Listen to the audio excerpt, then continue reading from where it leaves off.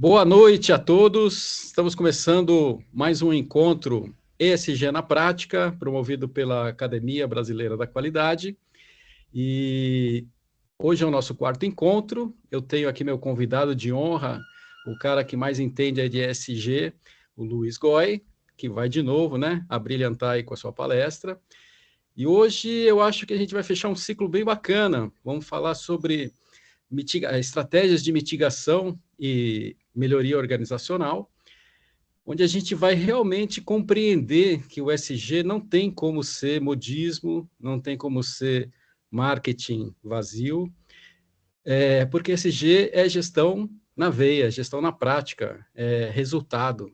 Então, acho que hoje, né, com as três primeiras apresentações, mais a apresentação de hoje, vocês vão entender o verdadeiro valor, né, a verdadeira riqueza que existe por trás dessa agenda ESG. Então, sem mais delongas, Luiz, a palavra é sua. Vamos lá. Obrigado, Evandro, Alexandre, boa noite a todos. Acho que o ponto importante, né? Hoje, realmente, a gente fecha um ciclo que, para mim, tem um fator muito importante, que a maioria das empresas e das pessoas começam o ESG pelo esse nosso encontro de hoje, tá? Então, assim, o grande problema, a gente começa pelas estratégias de como mitigar, como melhorar, como reduzir, como gerar impacto, mas a gente não sabe de onde a gente começa, de onde vem a informação, que tipo de agenda a gente constrói. Então, os três primeiros encontros ali, eu acho que eles foram super importantes para entender o tamanho da história que vem antes, para daqui a pouco a gente conseguir consolidar, né? A gente fala de qualidade, né? Os asiáticos, eles são uma referência na qualidade, porque no PDCA deles, o P de planejamento dura 50% do ciclo, né? E no ESG deveria ser assim, porque 50% do processo da gestão ESG está desde o planejamento, do entendimento, da materialidade, da definição da prioridade, para só depois disso eu entender o que é relevante e começar de fato a atuar com a implementação. Então, muita gente está olhando e falando: o ESG na minha empresa não funcionou, não fez sentido, porque você provavelmente começou do meio do caminho em diante. Então, eu acho que esse vai ser o ponto que a gente vai conseguir olhar bem sobre essa visão para poder conseguir mostrar que aquela construção toda que a gente fez, agora ela dá um novo passo e vai para um novo caminho. Eu vou abrir o nosso material aqui. Por favor, só me avisem quando ele estiver disponibilizado. Está na tela. Perfeito. Bom, nosso tema de hoje vai ser falar de estratégia de mitigação e melhorias. Ou seja, como nós fazemos para conseguir entendendo o que é o ESG, conhecendo quais são as ferramentas mais relevantes, entendendo como se descobrir como organização, que é a materialidade, o que eu faço, então, a partir dessa descoberta? É o nosso objetivo de hoje, né? Então, seguindo o nosso padrão, sou Luiz Góes, sou especialista nessa área de ESG, nessa área de sustentabilidade. Tenho alguns livros publicados aí.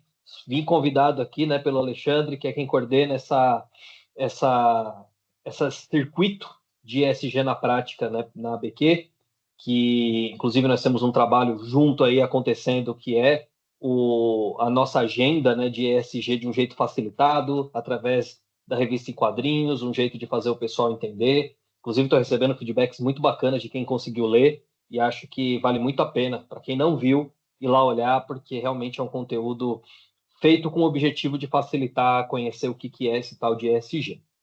Bom, acho que um ponto importante para a gente começar a falar é que a maioria das vezes as pessoas perguntam, né? De onde é que começa essa agenda ESG?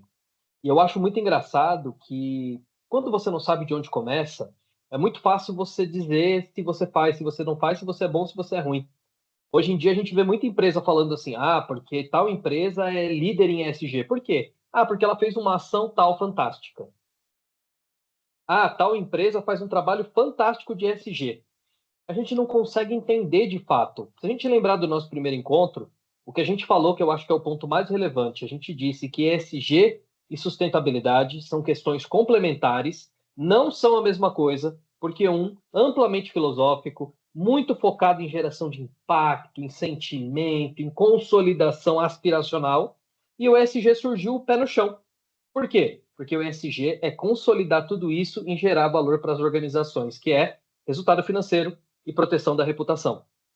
Ou seja, por vezes vão ter empresas que vão ser super sustentáveis e nem sempre elas vão ter uma boa agenda ESG. Ao mesmo tempo, nós vamos ter empresas que têm uma agenda ESG fantástica e talvez elas não sejam as mais sustentáveis. E eu acho que isso é importante a gente saber, porque são coisas que andam em paralelo, se consolidam em paralelo, mas não são a mesma coisa. E isso está muito relacionado a de onde parte, de onde começa a agenda. E para começar, a gente olha para a materialidade, mas depois que a gente descobre que temas são relevantes para o meu negócio, para a minha realidade, para a minha empresa, a partir daí eu começo a construir de fato a minha agenda. Então, eu acho que o ponto-chave principal, temas materiais precisam ser feitas de ações que surgem nos riscos corporativos. Ou seja, um dos grandes erros, tá? A maior parte das empresas olha para algumas agendas e fala o seguinte: eu vou fazer minha materialidade. De onde você faz isso? Eu peguei uma lista internacional de framework, peguei o meu concorrente, olhei os riscos deles, escolhi alguns ali e comecei a fazer a minha agenda. Esse é o maior erro. Por quê? Porque você não pode construir uma agenda só porque veio de uma lista, ou só porque veio de alguém, ou porque veio de algum dado. Os temas materiais em ESG devem surgir dos seus riscos corporativos. Aquilo que pode ferir a reputação e o resultado financeiro de um negócio. É dali que surge, é dali que tem que sair. Então, esse é o ponto-chave para falar de mitigação. Por quê? Na hora que eu faço esse levantamento de riscos, eu começo a entender que tipo de ações eu vou precisar produzir para solucionar as dores e potencializar as oportunidades. Quando a gente falou de materialidade no encontro passado, uma das principais coisas que eu disse, o estado da arte do ESG é todas as vezes que eu pegar minhas oportunidades da materialidade financeira e usar para financiar os meus impactos da materialidade de impacto. Por quê? Porque isso é uma agenda ESG neutra. É quando eu consigo usar oportunidades para financiar impactos e assim ela se reequilibra e os riscos corporativos se reduzem. Então, talvez esse seja o ápice, o estado da arte onde se deseja chegar. Agora, eu só consigo fazer isso quando eu descubro quais são os temas mais relevantes que eu vou trabalhar a partir dos riscos do negócio. E aí tem muita gente que diz assim: poxa vida, mas eu vou falar agora de ESG, que é ambiental, o social, a governança, e vou colocar aqui o risco do câmbio, vou colocar aqui a taxação do Trump. Se esse é um grande risco corporativo, você vai, porque você quer ajudar a proteger a reputação e o resultado financeiro. Então você precisa que saia dali. Não quer dizer que o seu tema material vai ser a taxação. Daqui a pouco o seu tema material vai ser a consolidação financeira do negócio. E depois eu vou falar um pouquinho como isso se desdobra. Mas o mais importante, se você quer fazer uma boa materialidade, que surja do risco corporativo, tá? E não simplesmente de um tema que saiu de qualquer lugar. Feito isso, o ponto importante. Vou dar um exemplo aqui que eu acho que vai facilitar. Risco corporativo, turnover. Acho que do Brasil nenhuma empresa está passando por esse problema, provavelmente só as empresas lá na Noruega, né? Só aquelas empresas na Suécia que têm esse tipo de problema. Aqui no Brasil não acontece, né? Turnover.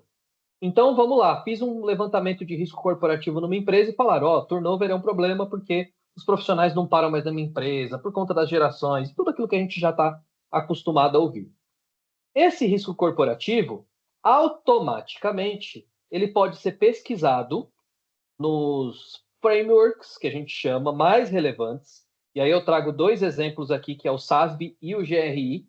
SASB e GRI, por quê? Materialidade financeira, como eu falei no nosso último encontro, SASB é a raiz, é a matriz de onde se consolidam esses temas. GRI, materialidade de impacto, a raiz de onde surgem esses temas. Eles estudam anos, anos e anos, vão sempre se atualizando e criando uma lista de temas padrão, porque eles dizem, no nosso próximo encontro, inclusive a gente vai falar disso, como reportar esses temas. Como é que eu faço depois que eu descobri quais são os temas, como eu faço para reportá-los? Então, basicamente, eu peguei esse caso do turnover. O meu risco corporativo é turnover. Então, eu fui lá no SASB e descobri que tem um tema que se chama gestão do capital humano, que nada mais é do que o engajamento dos empregados. Ok, Basicamente, esse tema se conecta diretamente com o meu problema de turnover.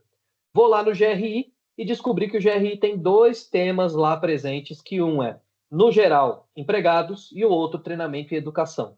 Ou seja, eu vou lá e pego um tema material chamado Capital Humano e Retenção de Talentos para reportá-lo de acordo com aquilo que essas metodologias pedem.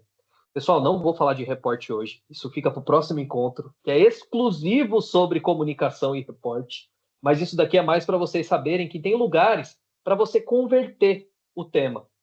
Se sair um risco do seu negócio e você fala, pô, mas esse risco não me conecta com ESG, você vai entrar ou numa lista do SASB ou no do GRI. É tudo gratuito, é tudo direto nas páginas, é tudo disponível. E aí você vai encontrar o tema material que se conecta diretamente com o risco corporativo que você captou.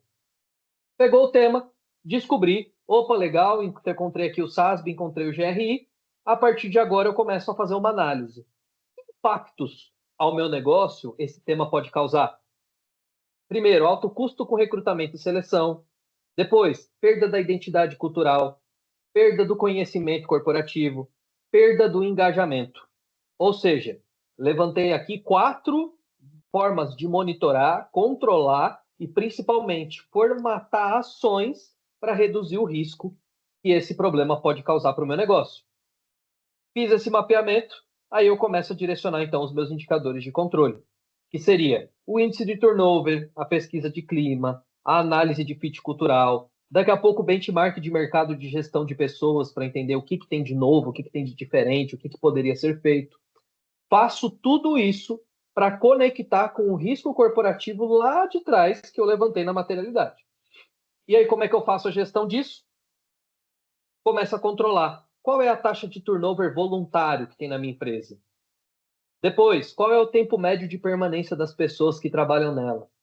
Depois disso, daqui a pouco, qual é o índice NPS, né? Net Promotion Score, que a gente chama, né? Ou seja, a gente trabalhava antes com pesquisa de satisfação. Hoje em dia isso nem existe mais, né? Porque a pesquisa de satisfação, ela é uma coisa que mostra, eu estou feliz ou eu estou triste? E aí entra muito numa conversa que a gente teve no nosso primeiro encontro. Pô, Alexandre, minha memória tá boa pra caramba, que eu tô lembrando de tudo ainda. Entra na conversa do nosso primeiro encontro que eu falei da diferença de motivação e engajamento. Eu acho que essa foi a transformação mais importante que a dinâmica tem trazido. Porque quando a gente fala de índice de satisfação, a gente fala o índice de motivação que aquela pessoa se encontra naquele momento. E isso quer dizer o quê? Quer dizer que daqui a pouco eu posso fazer uma ação pontual e aquela pessoa se sentir satisfeita, mesmo que o resto da história toda tenha sido um fiasco. O Net Promotion Score é uma análise, é uma avaliação que muda isso. Por quê? Porque o Net Promotion Score diz se você recomendaria essa empresa para um colega seu, para um parente seu trabalhar. Então, é uma análise mais profunda porque ela está relacionada a engajamento e não a motivação. Então, esse é mais um índice que pode se controlar aqui. E depois, o plano de carreira e um plano de capacitação claro. Tá? Ponto importante aqui. Olha como o ESG é um negócio amplo, mas, em compensação, ele dá um direcionamento relevante. Eu levantei um risco corporativo lá na estratégia do negócio, trouxe ele para o tático, descobrindo como o ESG se conecta com ele nas agendas de impacto e financeira. A partir dessas agendas, eu descobri que indicadores essas agendas costumam trabalhar para reportar, e dessa agenda eu descobri que tipo de estratégia de gestão eu posso fazer para que esse risco não se materializa e vai ferir tanto a minha reputação como o meu resultado financeiro. Aí as pessoas olham e falam, nossa, mas caramba, o ESG é um negócio que você vai lá, descobre o ambiental e faz uma ação e melhora. Não, ESG é puramente estratégia. Quando a gente falou de sustentabilidade, que a sustentabilidade é aquele negócio que por vezes é aspiracional, é aquela coisa coletiva, é aquele senso de grupo que o ser humano, desde que existe, ele não tem mais. O ser humano, na verdade, era um... eu particularmente entendo dessa teoria que dizem que o ser humano era um vaso gigante que foi se quebrando em tantos pedaços que hoje já não dá para colar mais de volta. O senso de pensamento coletivo ele não consegue mais voltar. A gente não entende-se mais como o todo como um. A gente se entende cada vez mais subdividido. Então, a sustentabilidade ela ficou um pouco longe disso. O ESG é como se fosse a transição para chegar até lá. Alexandre, vai lá, por favor. Então, aproveitar a deixa que você deu do exemplo, Conta para a gente, assim, hoje, quando se fala em ESG, né, por conta do marketing e tal, então a primeira coisa que se fala em capital humano já pensa o quê? Diversidade, equidade, né, inclusão, como é que fica? E do jeito que você coloca, é uma coisa muito mais racional, né? Então, eu tenho um risco ao negócio, esse risco ele está se agravando com o passar do tempo, está cada vez ficando mais caro e difícil reter talentos, formar talentos, né? Desenvolver talentos. E aí? Como é que é essa história daquilo que se prega lá fora? Ó, mas tem que ter inclusão, tem que ter mais empoderamento. É um refinamento dessa estratégia, né? Como é que você vê isso? É um refinamento, mas o erro está no fluxo, está no processo. Porque é o seguinte, a diversidade e inclusão é super importante, apesar que, para mim, engoliram a parte mais importante. Tá? Porque a gente fala de diversidade e inclusão, mas, na verdade, a sigla é diversidade, equidade e inclusão. A equidade se perdeu no meio do caminho e morreu. Ficou só diversidade e inclusão. Aqui dá mais Diversidade trabalho, Luiz. é a essência, né? A essência é É muito isso. trabalhosa, a gente deixa para depois. Mas eu digo assim, primeiro, a diversidade, equidade e inclusão, elas são super importantes. Primeiro lugar, tá? Porque, como eu falei, proteger reputação e resultado financeiro. Da reputação, só pensando em efeito agudo, que é só a superfície, se você não é uma empresa que tem essa diversidade e inclusão, provavelmente você não cria uma cultura de recepção às diversidades, e a possibilidade de que as pessoas que trabalham com você cometam alguma injúria por raça, por orientação, por gênero, é muito grande, e isso pode ferir sua reputação de forma exponencial e imediata. Já começo por aí.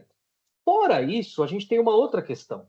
As pessoas cada vez mais têm acesso à informação e entendem claramente que, independente de quem elas são, elas precisam ser respeitadas.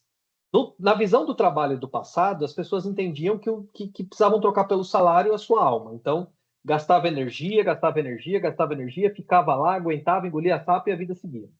Hoje, as pessoas já começaram a colocar na fórmula a história do ser feliz. Então, para elas serem felizes, elas imediatamente pensaram: opa, a partir de agora, então, eu acho que ser quem eu sou, independente de qualquer situação, eu dependo muito de uma reflexão, dependo muito de uma visão e que o negócio esteja junto comigo para eu gerar esse valor. E aí é que verdadeiramente entra essa agenda. Sabe por quê? Porque hoje, como era diversidade e inclusão, então eles falam: tá bom, eu ponho mais gente de um gênero, mais gente de uma raça, mais gente com tal orientação e estou atendendo. Não, gente, não é número. Eu acho que esse é o ponto principal. A gente acha que pessoas, então eu vou ter mais gente de uma determinada raça, de um determinado gênero, de uma determinada orientação, e aí eu vou estar cumprindo a meta e vou estar fazendo. Não.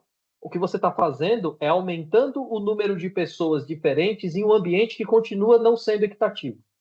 Então, o principal, gente não é número. Então, quando um monte de gente criou meta, vacilou por conta disso, porque criou um monte de meta para coisas que eu não tinha uma base para entender o objetivo. Então, a agenda de diversidade, equidade e inclusão é respeito, porque pessoas que se respeitam mais, que são mais respeitadas, geram ambientes mais produtivos e automaticamente ficam mais. E quando elas ficam mais, ela auxilia imediatamente para reduzir esse turnover que está aí. E, claro, ao mesmo tempo, para trazer como valores para dentro da empresa uma redução nos impactos do custo de recrutamento, da manutenção da identidade, o conhecimento corporativo e aumentar o engajamento do negócio, que ajuda ele a gerar mais resultado. Eu fiz esse comentário porque eu acho fantástico essa coisa do pilar, né, do pilar social, que às vezes as pessoas confundem.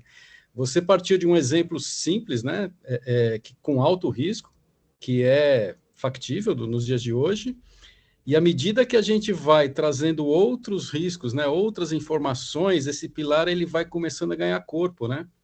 Ele vai ganhando sentido, ou seja, assim, um cara que trabalha, de repente, ele gosta muito do propósito, se identifica com os valores da empresa e ele tem uma rede de amigos profissionais talentosos que nem ele, a chance de você atrair pessoas interessantes para a empresa começa a ganhar robustez, né?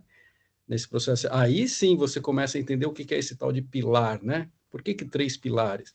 Eu acho fantástico o exemplo que você trouxe e acho bacana como a coisa vai evoluindo à medida que você vai se aprofundando, né? Vai ganhando maturidade nesse sistema. E eu diria até mais assim, né? Eu acho que uma das coisas importantes e que eu acho que falta muito nessa visão do ESG é o fato de que as pessoas não param para analisar que as pessoas entendem que ESG é uma agenda, muitos acham que é puramente ambiental. Outros entendem que ela é puramente uma agenda de estratégia numérica, de finanças. Mas a gente tem que entender que ESG é uma agenda puramente social. E por que ela é puramente social? Primeiro lugar, porque antes de tudo, questão ambiental, risco relacionado ao recurso natural. O recurso natural existe para quê? Para garantir a manutenção das pessoas. A questão social é que para ter manutenção das pessoas, elas também precisam participar da conversa, estar presente na discussão e ser equitativamente atendidas. E a governança é o equilíbrio para garantir para as pessoas que as instituições serão justas. Então, imediatamente, a gente tem que entender que é puramente social, é 100% sobre pessoas. Tem uma passagem no seu livro sobre mudanças climáticas que você começa o livro falando, né, que mudanças climáticas não é uma questão ambiental, ela primeiro é uma questão social, mudança de atitude, de comportamento, de consciência. Perfeito. Eu só quis pontuar aí, mas Exatamente vamos lá, isso. pode continuar. Parabéns. Não, perfeito. Bom, seguindo então, contexto aqui, peguei o exemplo do turnover para facilitar. Então, para consolidar uma materialidade sólida, então a gente tem que entender primeiro, né? A empresa passa a entender que os temas precisam ser foco da gestão, então ela começa a estruturar o seu plano de gestão sobre esses temas. Porque olha que interessante, quando eu olho para um assunto que vem do risco corporativo e consolido dentro da agenda ESG uma estratégia para ele, eu estou andando junto com a estratégia do negócio. Quando eu crio um tema ESG, que eu peguei de uma lista, de uma agenda global, eu nem sei se isso está relacionado com a estratégia do negócio, com o que ele pensa daqui 1, 2, 5 ou 10 anos. Eu nem sei. Sendo que o ESG, como a gente falou em encontros anteriores, ele nada mais é do que uma ferramenta para garantir que a empresa atenda o seu objetivo para chegar até a sua visão. Então, é talvez absurdo, pelo menos na minha cabeça, construir uma agenda ESG que não olha para a estratégia do negócio. Então, não tem como ele começar sem ser do risco. Senão, ele não vai funcionar mesmo. E claro, né, a gestão de ESG, quando feito isso, né, ela vai dar aquela direção para você executar os temas e descobrir como eu vou tratar cada um. Uma coisa que eu acho legal, né? Se você parar para analisar, tem empresas que têm 20 temas materiais. Tem empresas que têm 30. Eu sempre brinco, tá? Para mim, assim, abaixo de 5, preguiça. Acima de 10, utopia. 7 é o número mágico. Tá? Então, assim, quer trabalhar com materialidade de ESG, a gente sugere sempre que a materialidade seja revisitada pelo menos a cada 2 anos. Então, pensa comigo, em 2 anos, se eu trabalhar 20 temas, eu vou quase trabalhar um tema por mês. Você acha que em 30 dias você consegue pegar uma agenda como essa do turnover que a gente acabou de falar e consolidar? É impossível. Ao mesmo tempo, se você separa 4 temas, dá aquela cara de preguiça. Porque você faz 4 temas, você se aprofunda, aprofunda, aprofunda, aprofunda e não sai em lugar nenhum. Então, eu sempre falo, 7 é o número mágico. Não que é o ideal só ser 7, mas 7 normalmente é o número ideal. Porque, fiz a minha materialidade e descobri que tem um 8º tema que é muito bacana, usa 8. Descobri que do 6º para o 7º destoa demais a importância, usa 6.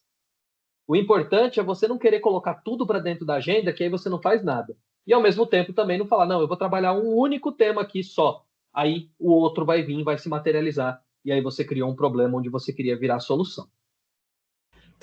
Posso só fazer um comentário? Acho que tem outro fator, assim, quando eu trabalho com muitos temas, eles acabam confundindo a própria pessoa que trabalha na empresa. Agora, quando eu deixo claro poucos temas, eu fortaleço a cultura da empresa, né? Eu fortaleço valores, eu fortaleço o alinhamento com o propósito, e as pessoas começam a entender o que tem valor lá dentro. Eu acho muito bacana esse aspecto.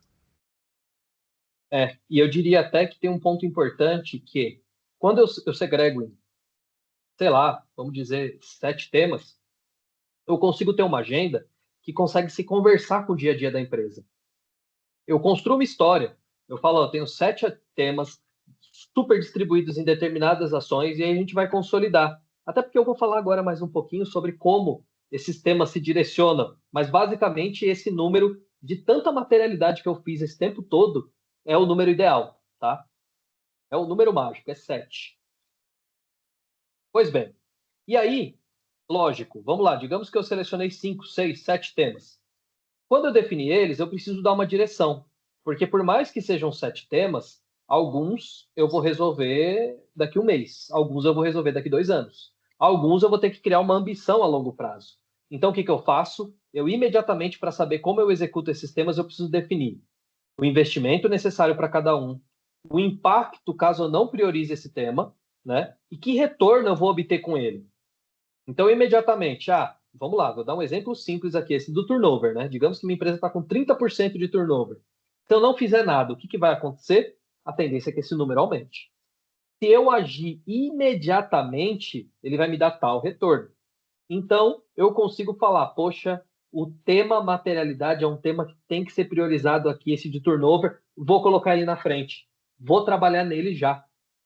Então, é como se a gente já precisasse, dentro desses poucos temas, saber que ordem a gente vai seguir, até por conta de investimento. Tá? E, claro, a gente tem ferramentas para fazer isso. Uma das que eu gosto muito de usar é o GUT, né? Gravidade, urgência e tendência. É uma ferramenta que eu pego esses 7 temas materiais e faço uma breve definição. Quão grave vai ser se esse tema se materializar? Esse risco que eu trouxe lá da estratégia que a gente falou. Ok, tem a gravidade. Qual é a urgência para tornar ele efetivo? Quão urgente eu preciso tomar uma ação caso ele se materialize? E claro, se eu não fizer nada, o quanto ele vai piorar? Isso é muito bom, porque ajuda muito você a ter uma definição matemática. Você multiplica um fator pelo outro, escala de 1 a 5, de 1 a 10, enfim, aí você escolhe como você quer trabalhar para descobrir gravidade, urgência e tendência, o quão relevante cada um dos temas materiais será para você priorizar a ordem de execução e a ordem de investimento, inclusive. Porque um dos maiores problemas dentro da agenda ESG é que as pessoas falam: nossa, eu não consigo investimento para implementar a agenda ESG. Mas o grande problema é o quão estruturada está essa jornada da materialidade, essa jornada da priorização, para daí você conseguir captar esse investimento. Daqui a pouco o que você precisa é só ter uma base robusta para isso. Então, a partir daqui, eu consigo saber quais são os meus temas prioritários e direcionar a agenda. Aí, pessoal, é ordem, né? Consolidei, eu imediatamente vejo o que é curto, médio e longo prazo e vou estabelecer minhas metas, né? Claro, razoáveis, de acordo com ações que eu posso implementar com previsibilidade. E aí eu vou dar aqui, para mim, esse é o ponto-chave. As empresas querem sempre fazer metas na primeira materialidade. Vou dar um exemplo aqui mais clichê. Ser carbono neutro até 2040. A empresa nem mediu as emissões de carbono ainda e já está dizendo que ela quer ser carbono neutro em 2040. Quando fala que tem que ter meta, não é que a sua meta tem que ser zerar a emissão. Daqui a pouco a sua meta tem que ser, em 1 ano, mensurar todas as minhas emissões. Em 2 anos, definir um plano para descarbonizar algum escopo. Em 3 anos, isso é meta. Meta não quer dizer que tem que ser aquilo que o mercado está fazendo. Meta tem que ser aquilo que vai gerar valor para o longo prazo. Lembra que é perenidade. Vou trazer um exemplo para vocês aqui mais comum. Putz, o pior é que está tudo gravado aqui. E eu citei essa empresa aqui um monte de vezes, mas é o caminho. Alguém viu as metas da JBS de carbono? Provavelmente não. Se vocês olharem, olha, só ver. A JBS disse que até 2040 ela seria carbono neutro.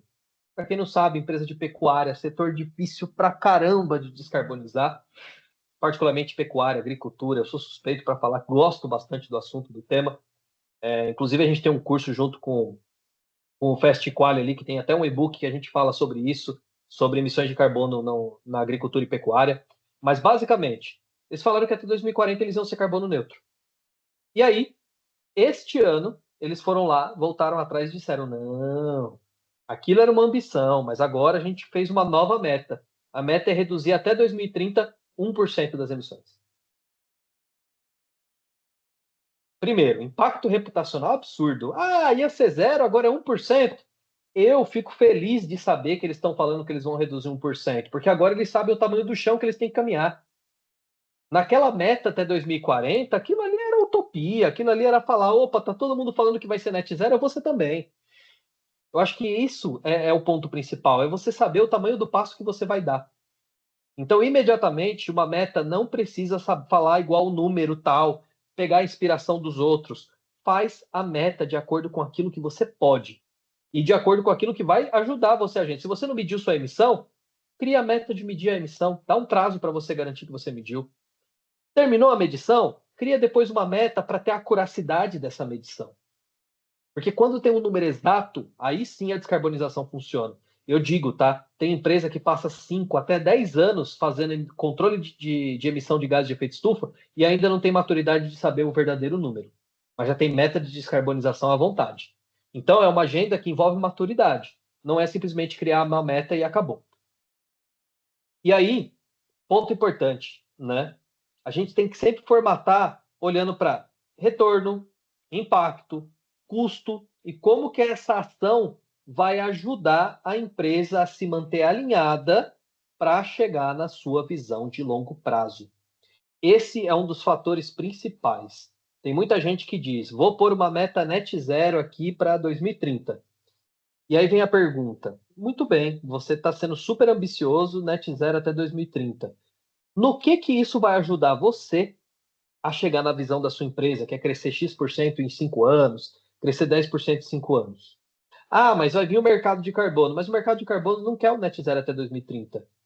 Ele quer um limite teto de 25 mil toneladas de emissão. Então, entenda, a sua meta depende da sua visão.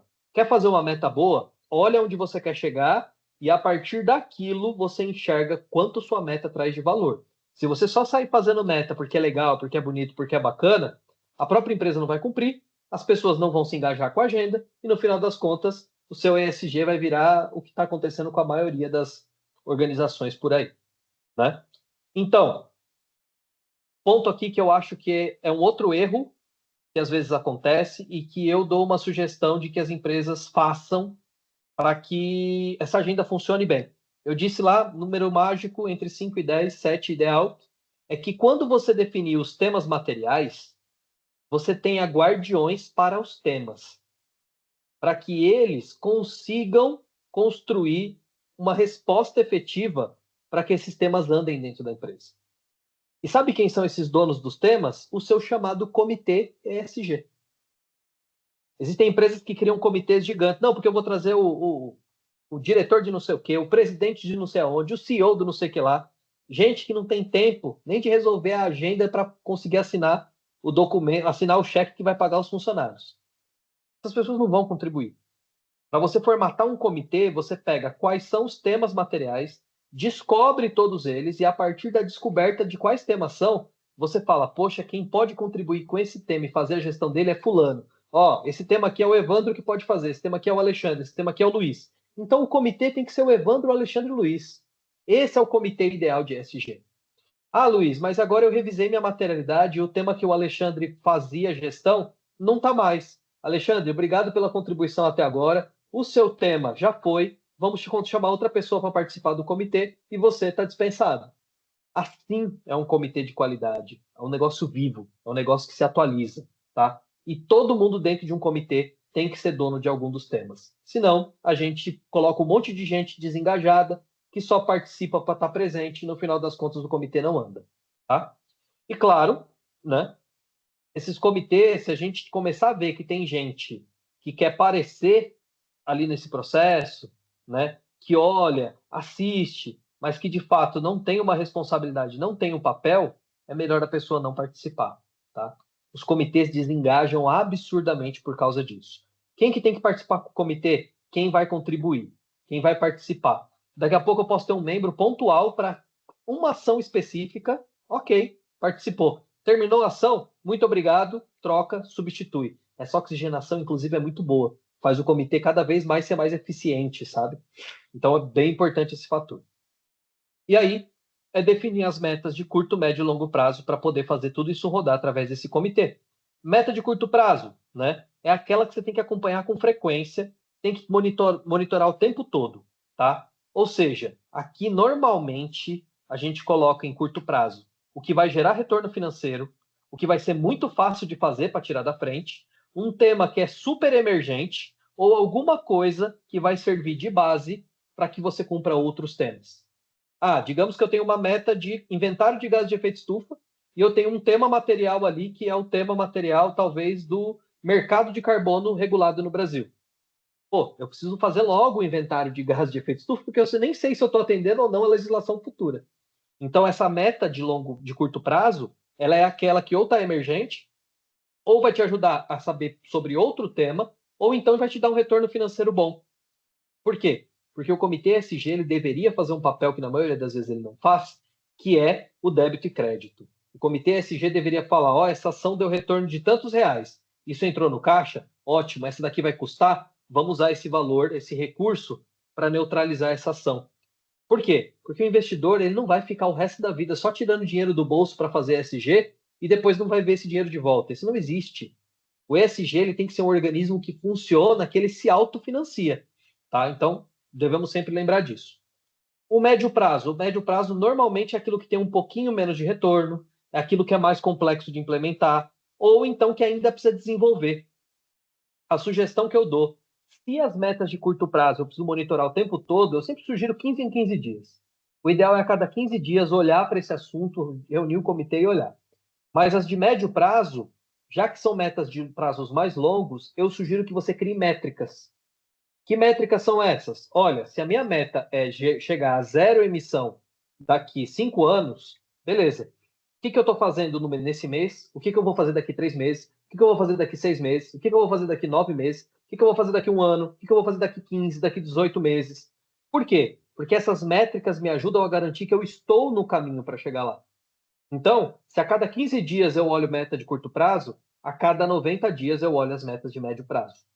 A meta é daqui 5 anos? Não tem problema. A cada 3 meses eu vou saber o que eu fiz e se realmente eu cumpri.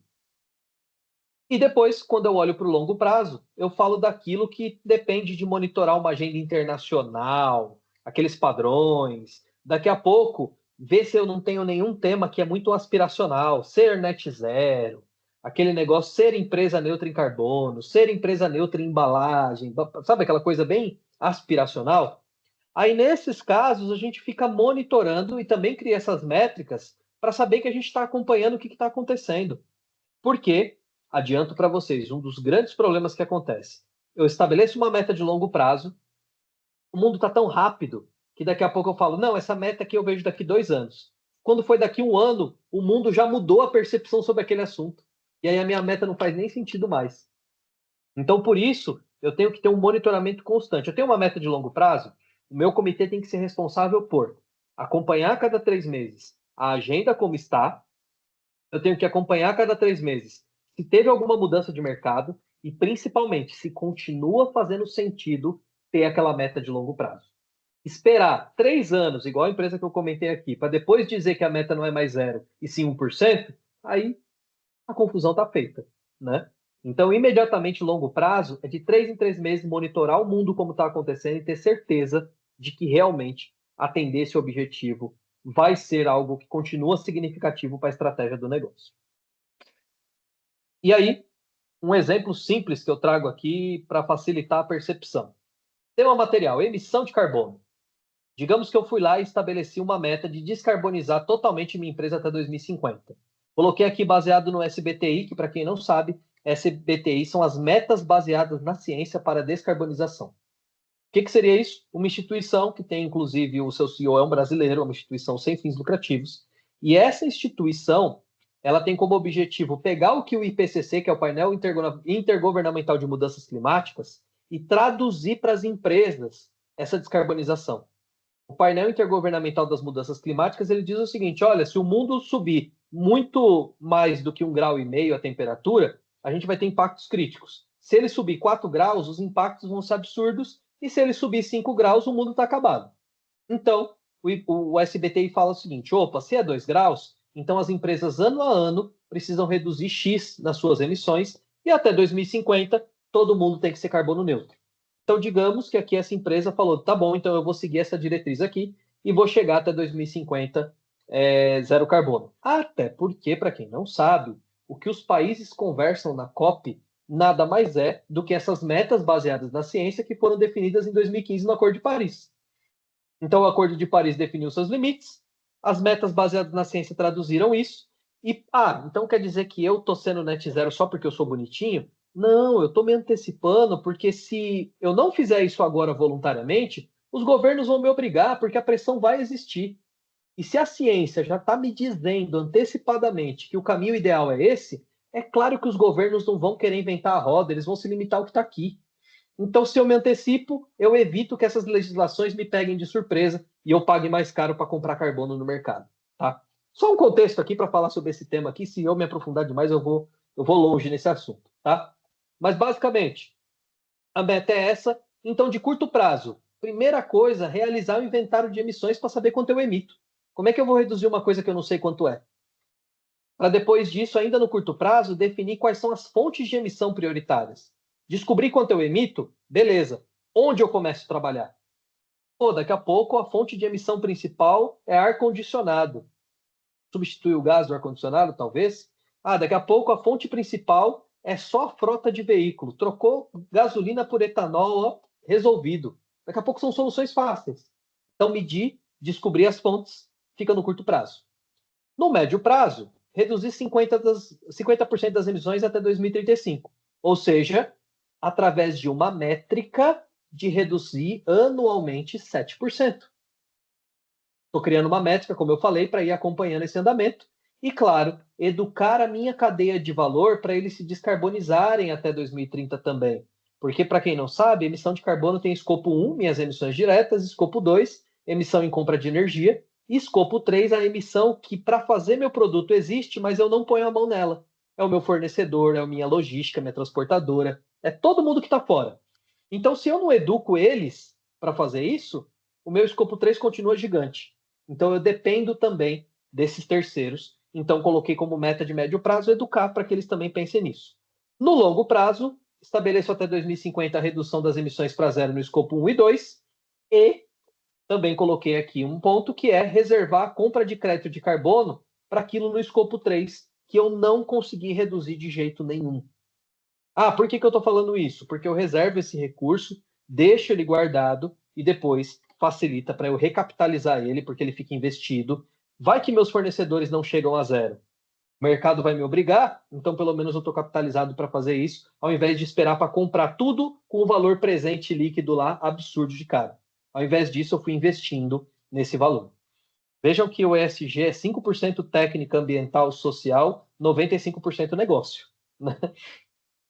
E aí, para determinar esse restante dessa ação, eu coloco como dono de um tema, por exemplo, o gestor do meio ambiente, e ele é dono do tema, mas quem vai executar essa ação? O analista de compras, o analista de suprimentos, o gestor de produção e o gestor de logística. O de logística, descarbonizar a frota, o de compras e suprimentos, educar a cadeia de valor, o de produção, atuar para reduzir as emissões internas do negócio.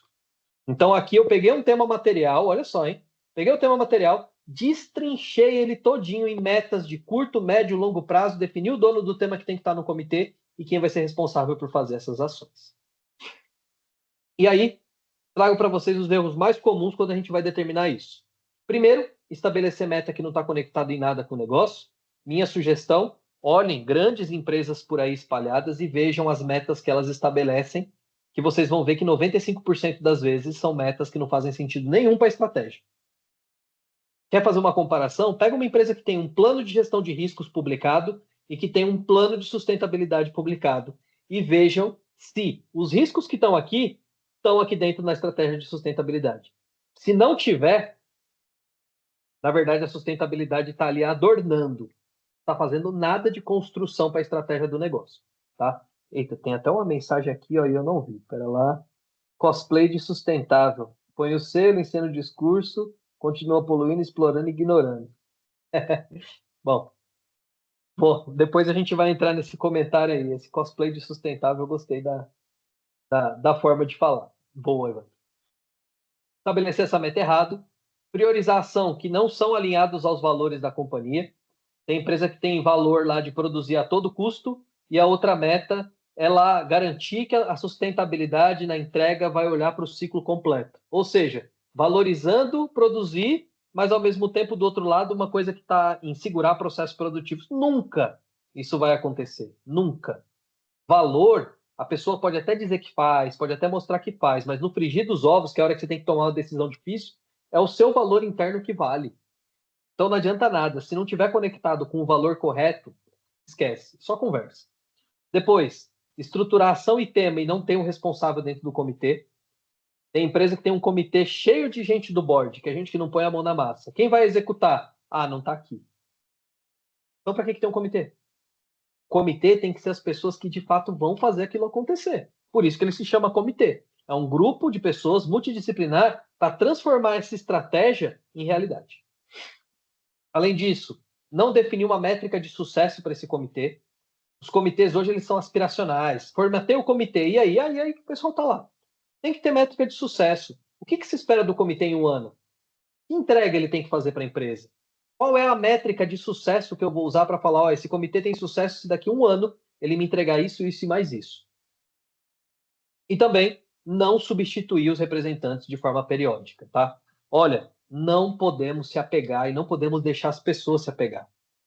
Tenho várias empresas que dizem, mas eu gosto tanto do fulano, ele é tão legal, não quero tirar ele do comitê. Entenda o seguinte, não tem apego. Se por acaso o tema material dele não é mais material, que bom, ele já se livrou dessa responsabilidade. Dá espaço para outra pessoa. Até porque, quanto mais rotaciona o comitê, mais facilitadores dentro da empresa você tem, mais disseminado conhecimento você tem, automaticamente mais pessoas ajudando você a consolidar essa forma de pensar. Porque, como a gente falou lá no primeiro encontro, sustentabilidade não é fazer mais ações sustentáveis, é ter mais pessoas decidindo de forma sustentável. Então, quando um comitê rotaciona, automaticamente são mais facilitadores redistribuindo essa forma de pensar. Então, não olha isso como um problema, olha como uma oportunidade, tá? Porque esses são erros muito comuns nessa formação do comitê, né? Então, só para a gente lembrar e deixar muito fixo nesse ponto, o que vai conduzir uma agenda ESG pragmática é quando a governança desse ESG e o comitê não deixa de ser uma governança, principalmente na mitigação, na transformação e na geração de valor, é que essa governança esteja alinhada 100% com a responsabilidade de dar manutenção na missão, na visão, nos valores e no propósito da empresa. Se você fala de ESG e não olha para a missão, para a visão, para os valores e para o propósito, você não está fazendo ESG. Esse talvez seja o grande centro, porque a governança, elas são as barreiras limitantes que evitam você de fazer aquilo que não deveria. É como se fosse assim, hoje eu estou em uma condição de temperatura e pressão ideal. Beleza? Beleza, então eu faria assim. Amanhã, o pau está quebrando lá dentro e eu vou tomar uma decisão por impulsividade. A governança é justamente quem avisa, na condição de temperatura e pressão é assim que você faz. Então não vai fazer besteira. Eu sou o seu limite que não deixa você tomar uma decisão ansiosa. A governança nada mais é do que te levar por um caminho para chegar até os valores. É o exemplo que eu sempre uso, né? Se uma empresa não tiver governança, ela tiver como visão faturar milhões, ela pode roubar. A governança, ela diz, olha, o princípio da ética te limita aqui, Então, roubar não é um caminho, não é um valor. Então, você vai chegar nesse resultado de forma lícita.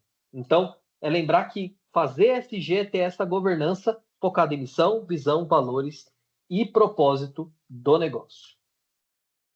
Em resumo, então, uma boa gestão de ESG é a governança acima de tudo, porque ela é a solidez corporativa sob essa gestão. Então é o quê? Um comitê com responsáveis que vão o tempo todo garantir que a sua empresa está seguindo a sua missão, a sua visão, os seus valores e o seu propósito, junto com a redução daqueles riscos, com métricas e com metas. Através de uma estratégia, que é um método sólido que vai conectar o que é mais crítico para o negócio, aquilo que a gente pegou da gestão de riscos, com o impacto que a sustentabilidade pode causar sobre eles, que foi isso que a gente falou logo aqui no começo, a transição do risco por um tema material. Dessa estratégia, você cria uma coisa chamada gestão de riscos, que é um processo sólido que vai garantir que todos os riscos que você estabeleceu vão ser priorizados e, principalmente, vão ser classificados sem vieses direcionais. Às vezes você fala, eu quero fazer esse tema porque ele é muito legal, porque eu gosto muito dele. Se ele não é o mais interessante para o negócio, era melhor não fazer ele. Então, a gestão de riscos é o que te garante que você vai fazer isso sem vieses. E, claro, através de acompanhar isso, através de métricas, que a gente falou, que é um acompanhamento contínuo dessas ações, e por metas, que vão ser marcos que vão mostrar que realmente aquilo que você planejou está tendo sucesso. Essa é a estrutura base para consolidar isso.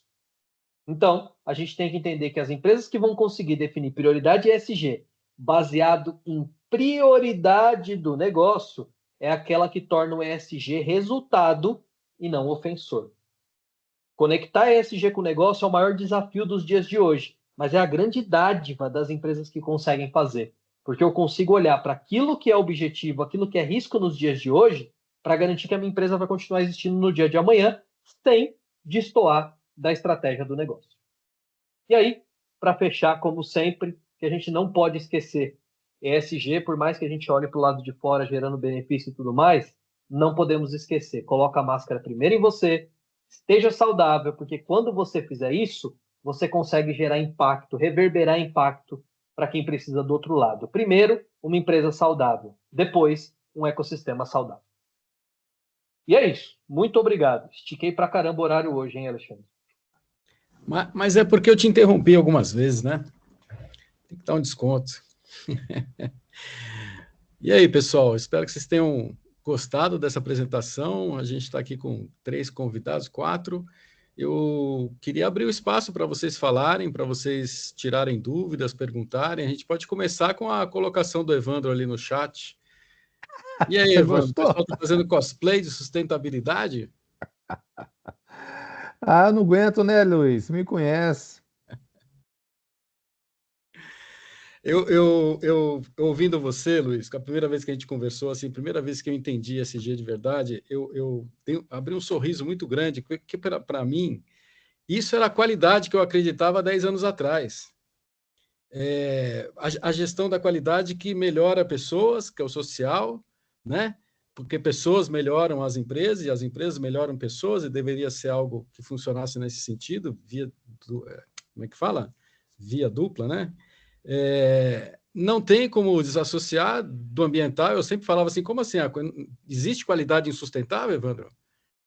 Existe uma qualidade que seja insustentável, uma qualidade que promete benefício para todo mundo, mas gera danos para um monte de outras pessoas? Isso aí não é qualidade, isso é mentira.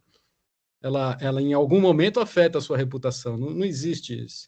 Existe qualidade sem ética? Existe uma qualidade que não é ética, aquela qualidade que eu não preciso confiar em você para ter qualidade? É impossível. Confiança é a base de qualquer relacionamento com cliente e sociedade. Então, na hora que o Luiz falava para mim desse dia, eu falei, cara, é isso é a qualidade que eu acredito. Então, na minha cabeça, não é nem conectar o SG à agenda da empresa estratégia, é ampliar a consciência que esse é o caminho de crescimento de qualquer empresa que vai adquirindo maturidade.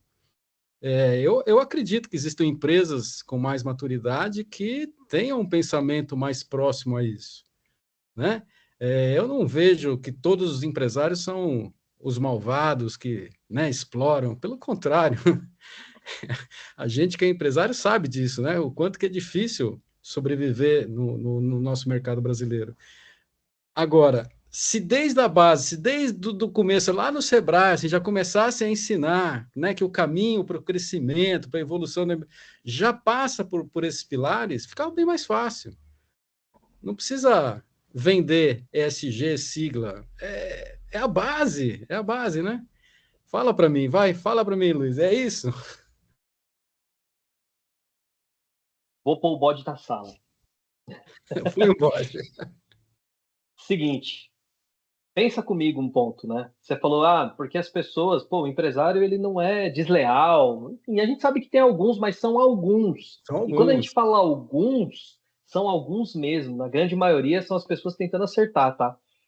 E aí eu trago para você o ponto mais importante de todos, que para mim é o grande erro e que é a minha grande batalha quando eu falo de ESG, que é a seguinte: todo mundo quer conectar a uma agenda global. Olha que legal, eu tenho uma agenda muito bonita, global, para fazer acontecer. Existe um problema muito sério nisso, sabe qual que é? A agenda global ela tem qual objetivo? Tornar o mundo mais sustentável. Ela desce para governos nacionais. aí naquela nação ela quer manter a sua sobriedade, manter a sua soberania, manter a sua economia, manter seus resultados. Então ele pega aquela diretriz mundial e divide para o seu pedaço. A partir do momento que o governo nacional estabelece isso, as instituições de implementação, sejam elas ONGs, OSCs, OCIPs ou consultorias, elas olham para aquilo e falam: opa, oportunidade, o governo vai cobrar isso, as empresas vão precisar fazer, eu sou intermediador. Então, o que eu quero fazer? Ter mais clientes, ter mais resultado e tudo mais. Então, vou pegar essa agenda, vou falar para o meu cliente que ele é bacana, vou criar uma retórica legal e vou falar para ele que vai ajudar ele a ter resultado. E a empresa lá no fundo, a depender de que intermediador chegou essa agenda, ela toma uma decisão de como implementar. Provavelmente, muitos desses cosplays aí que o Evandro falou, são empresários que nem sempre eles entraram nessa para falar que fazia e acabou. São pessoas que, por vezes, começaram a implantar isso com uma retórica totalmente errada que eles aprenderam. Alguém chegou e disse para ele: cara, faz ESG. Ele vai falar: não, isso daí é negócio de ativismo. Aí ele falou assim: não, porque se você fizer ESG, você vai ter mais clientes. Se você fizer ESG, você vai ter mais investidores. Ele vai falar: opa, para ter mais clientes e mais investidores, o que eu faço? Reporto, comunico, faço uma ação aqui, uma ação ali, que eu ganho as pessoas pelo coração. No final das contas, não acontece. Então, eu diria que o grande erro hoje que faz essa agenda ESG, essa bagunça que a gente está vendo, é porque são interesses totalmente diferentes querendo dizer que vão fazer a mesma coisa, mas isso não existe. Sabe por quê? Porque na hora que a sua empresa fizer o ESG errado, a consultoria que te ensinou errado, ela pula fora. Na hora que a consultoria que ensinou o ESG daquele formato errado, vê que o governo errou a linha, o governo não quer nem saber, ela quebra a consultoria e acabou. Na hora que esse governo implementar um processo que o mundo inteiro começar a enxergar que é um processo autoritário e tudo mais, e não quiser fazer mais relação com esse governo, a agenda global também não está nem aí, aquele governo que se dane. Então, imediatamente, o problema é, a gente quer destrinchar uma agenda global em vários pedaços, mas os interesses são diferentes, então nunca vai funcionar desse jeito, a não ser que comece do lado contrário. A empresa olha a sua prioridade e, através daquela prioridade, ela olha o que está acontecendo no mundo lá fora e se prepara para se proteger do risco e para aproveitar a oportunidade. Só queria pôr esse bode na sala. Ô Luiz e Laison, né? Roberta e Alexandre. Eu falei do cosplay por quê? É diferente de fantasia. Quando eu vou no Halloween e visto uma fantasia, eu sei que não sou o lobo mau. Mas terminou ali, eu volto a ser o Evandro. Eu sei que eu não sou. Mas o cosplay, eles acham que são os personagens. Por isso que eu vou usar o termo cosplay, porque tem muita empresa que se veste de cosplay e acha que é o personagem. Eles vivem o personagem, falam como personagem, vão para a mídia como personagem, comemoram as datas de ambientais, mas não sabe que não são personagens. Isso é um problema, talvez, da consultoria, da auditoria. Não sei, alguém está fantasiando algo, eles acham que são, mas não é uma fantasia. É a certeza que eles são aqueles personagens. Por isso que eu usei o cosplay, não fantasia, tá? Eu acho que tem uma outra questão, assim, que é quando o SG vem com essa ideia do global, de uma agenda global, de uma coisa grande. Cara, a grande maioria de pessoas que têm pequena e média empresa olha para isso e fala: isso está muito distante da minha realidade. Aplicar isso daí vai exigir um investimento gigantesco, como se fosse algo fora da minha gestão, como se fosse algo que eu não faço. E aí, quando você olha, né, do jeito que o Luiz explica, você já olha e fala assim: cara, 50% das coisas eu já faço. Né? Meu índice de rotatividade é pequeno, as pessoas estão bem aqui, elas produzem, elas se preocupam em reciclar, se preocupam com questões ambientais, o papel é reciclado. Aí você fala: cara, mas eu já faço isso. Quer dizer, eu poderia agora aprimorar com as ferramentas, né, que são oferecidas aí, que eu ainda não conheço, aí eu posso trazer maturidade para o meu sistema, posso crescer minha empresa de forma mais segura, né, e sustentável a longo prazo. Só que isso não passa perto da maioria das pessoas. Até porque eu nem faço ideia do que é essa tal de governança. Mas eu tenho que contratar agora um gente para ser governante? E vai o quê? Vai ficar Entende? Eu acho que infelizmente, assim, no nosso país, a gente precisa muito disseminar esses conceitos. Só que nem o Luiz falou, tem um monte de gente aí de olho no dinheiro, né? Em fazer o SG mais rápido e fácil possível, de preferência em módulos pequenininhos que dê para rentabilizar mais rápido. E eu vou dizer mais, o ponto principal, né? Para mim, o que mais tem ferido isso é o produto digital. Porque, assim, o que acontece? Eu sempre brinco com esse exemplo, né? Porque no Facebook todo mundo é feliz, no Instagram todo mundo é bonito, no LinkedIn todo mundo é bem-sucedido, né? E no X ou na Threads todo mundo é filósofo, né? Basicamente, o que acontece? Acontece que as mídias sociais, elas são um algoritmo único gigantesco que aprende sobre comportamento humano e torna cada vez mais a uma direção confortável para que as pessoas consigam permanecer o máximo de tempo dentro daquela mídia. Então, o que acontece? O ESG, pô, palavra mais pesquisada. Qualquer pessoa olhou para isso e falou: meu Deus, isso é uma chance de eu ganhar dinheiro. Vamos lá. Se eu sou educador, eu vou chegar e vou dizer para você: eu sou educador. Qual é a retórica? Tá? Pessoal, não estou voltando em Aristóteles e Platão aqui ainda não, tá? Apesar da retórica ter vindo de lá. Mas, basicamente, qual é a retórica que eu preciso fazer? A retórica nada mais é do que eu criar um meio, uma prova social ou alguma outra coisa, de comprovar que aquilo que eu estou dizendo é verdade, sem eu mesmo ser a pessoa que está explicando isso. Então, o que eu faço? Eu crio uma retórica. Olha, ESG é uma área que qualquer pessoa pode aprender, qualquer um pode implementar, independente de onde você vem, independente de onde você vai. É simples. É só você descobrir o que é ambiental, o que é social, o que é governança, implementar na sua empresa e ela vai captar crédito muito mais barato. Enfim, quem quer educar fala isso. Quem quer implementar a consultoria diz: se você fizer, a sua empresa vai ficar rica. Se você fizer, a sua empresa vai ganhar vários resultados, vai ganhar vários clientes. Eu estou criando uma retórica de uma história que não é verdadeira, porque eu estou querendo mostrar que o meu objetivo de ganhar dinheiro, na verdade, vai ajudar você de alguma forma. E não é isso o resultado final.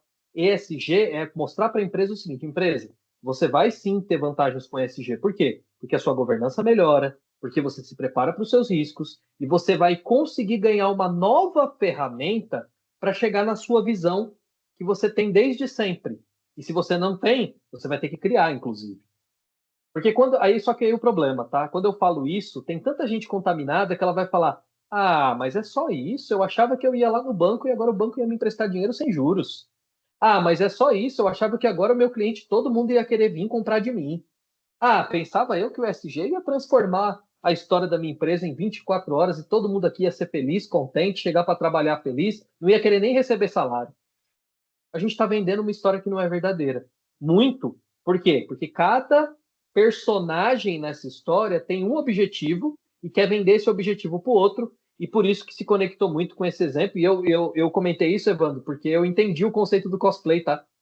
Porque é justamente isso. As empresas não é que fazem porque estão erradas. E tem sim os fantasia, tá? Tem aqueles pouquinho lá que faz porque sabe mesmo que o objetivo é fazer gambiarra. Mas os outros é cosplay, como o Evandro falou mesmo. São pessoas que acham que estão fazendo bem, acham que estão fazendo um negócio super bom, mas na verdade não estão, porque foram mal orientados. Perfeito. Muito bom. Alguém gostaria de fazer mais algum comentário, alguma dúvida? Roberta, Laison? Não, muito bacana. Estou aqui só assistindo, né? Só as férias aqui. Sou fãzaço do Luiz, acompanho o trabalho dele já há um bom tempo e realmente esse conteúdo é muito importante a gente discutir hoje, né? É uma pena, uma discussão aberta, né?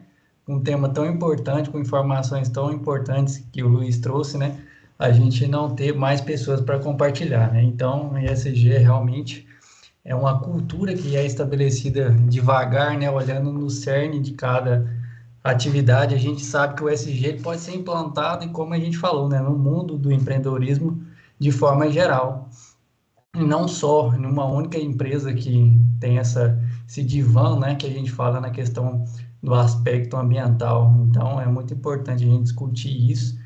E o cerne mesmo é conseguir adquirir nessa responsabilidade de falar de um assunto que é tão importante, mas é simples quando se levado com responsabilidade, né? Com um apreço mesmo de fazer realmente aquilo acontecer e entrar como a estratégia, né, de um negócio, e que a gente vê, muitas das vezes aí a gente vê que acaba sendo levado para esse lado comercial mesmo, mas muito bacana essa discussão. Muito bem colocado, viu? E é engraçado assim que eu vejo que muitas empresas que tentam levar para esse lado comercial, na verdade, no final nem tem tanto lucro assim, né? Do que teria se fizesse a coisa correta, né? Porque justamente isso, Alexandre, e eles não entendem, né, que o resultado é a mudança do negócio, é a mudança da visão, né, que a gente tem. A Perfeito. gente trabalha um pouco nessa questão, principalmente, não sei aqui todo mundo, né, mas nessa questão ambiental, é muito difícil para a gente estabelecer, né, uma visão de não olhar para essa questão ambiental como uma despesa, né, algo que está ali sendo exigido para fiscalização. A gente não olhar para essa questão e falar assim, não, isso é só uma despesa que está ali me roubando, o Estado está me roubando, é um imposto do Estado, é um imposto do município, né, um imposto do federal, e são os encargos, ICMS, e vai tributando, quando na verdade, isso é um fator que acontece em qualquer país, em qualquer república, né? Isso deveria ser normal e a gente entender que faz parte do processo, né? Mas que a gente consiga mudar essa visão e entender que isso vai muito além disso, né? Em relação ao SG, como o Luiz fala sempre, né? É muito curto o espaço dele falando de ambiental, né? Muito mais governança e mudança na visão estratégica ali da diretoria mesmo, para agregar, né, os pontos de desenvolvimento que a gente tem para o rumo que o negócio vai tomar, né? A gente passa a parar de olhar aqui para o seu pé, né, e amplia o horizonte para olhar para frente mesmo. A gente levanta a cabeça e olha para o negócio como um todo, de forma a olhar aquele que está lá mais distante até aquele que está lá mais na frente e trazer todo mundo junto, né, para poder ter um engajamento. Quanto mais engajado a gente tiver dentro de qualquer projeto que está falando em relação a SG, é o resultado que a gente vai ter e com certeza é o sucesso. Perfeito. Perfeita colocação. Esse menino de Rio Verde é bom, viu? Oi? Esse menino de Rio Verde é bom. É bom mesmo, hein? E a Roberta, quer Grande deixar um Laison. comentário, Roberta? Oi, boa noite, pessoal. Tava até conversando hoje com a Aline, que foi quem me indicou, né, para o grupo, né?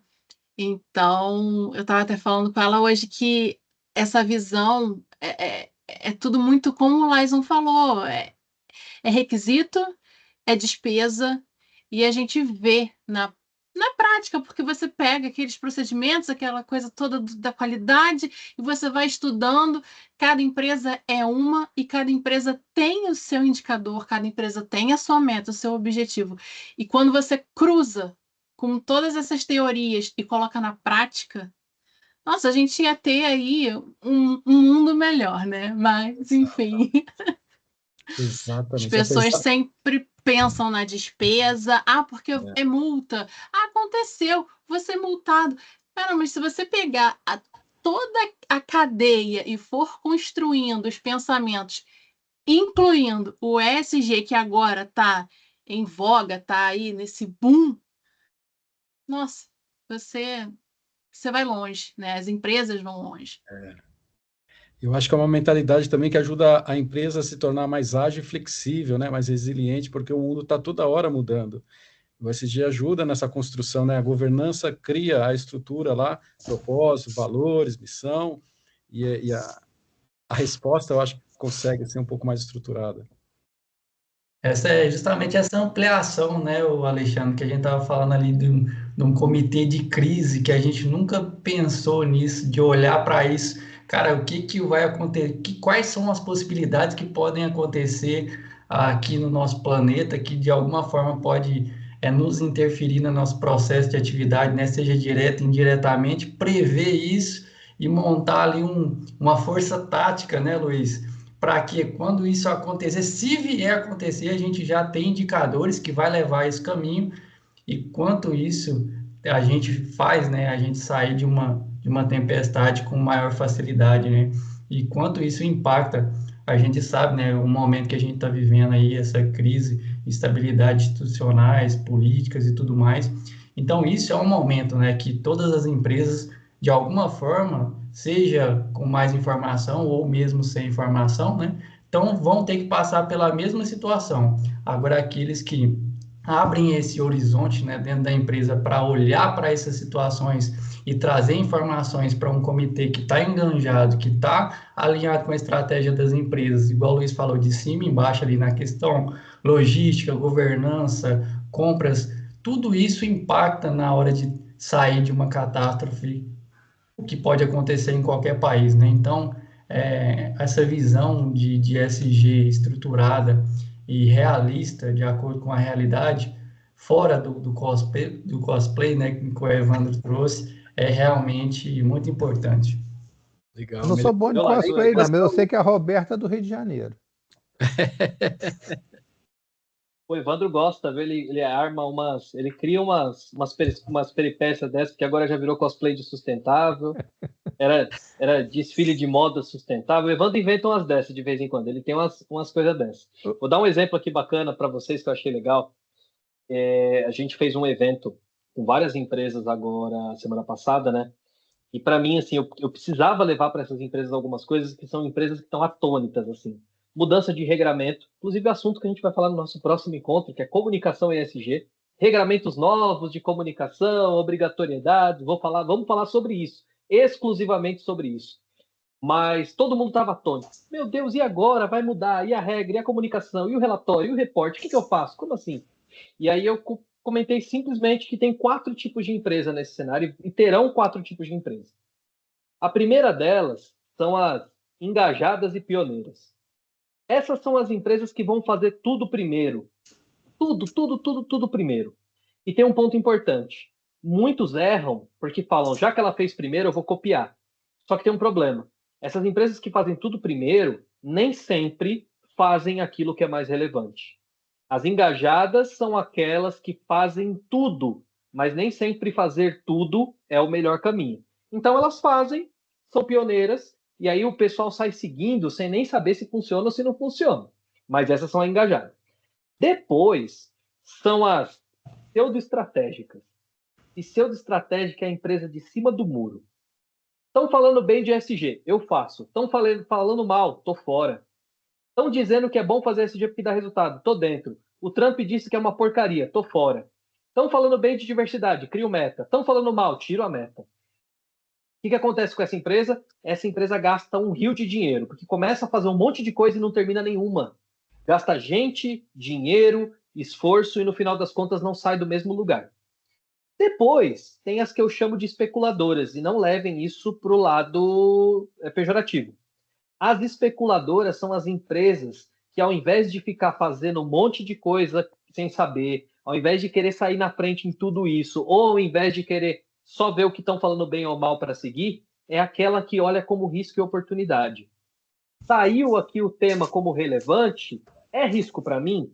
Sim, trabalha para mitigar. Saiu o tema aqui relevante, é oportunidade? Você avança para se capitalizar com o dinheiro que essa oportunidade vai te dar e depois você financia seu risco. Essa é a especuladora que é a ideal. E tem o quarto tipo, que é a refém. Refém, existe uma característica muito importante. Você sabe qual é o melhor refém que existe? É aquele que acha que é livre. E a empresa refém é essa, sabe por quê? É aquela que fala ESG, essas coisas, é tudo bobagem, isso aí vai morrer, isso aí vai acabar. Sabe por que ela é refém? Porque toda vez ela espera a legislação acontecer e quando acontece ela paga mais caro para se resolver.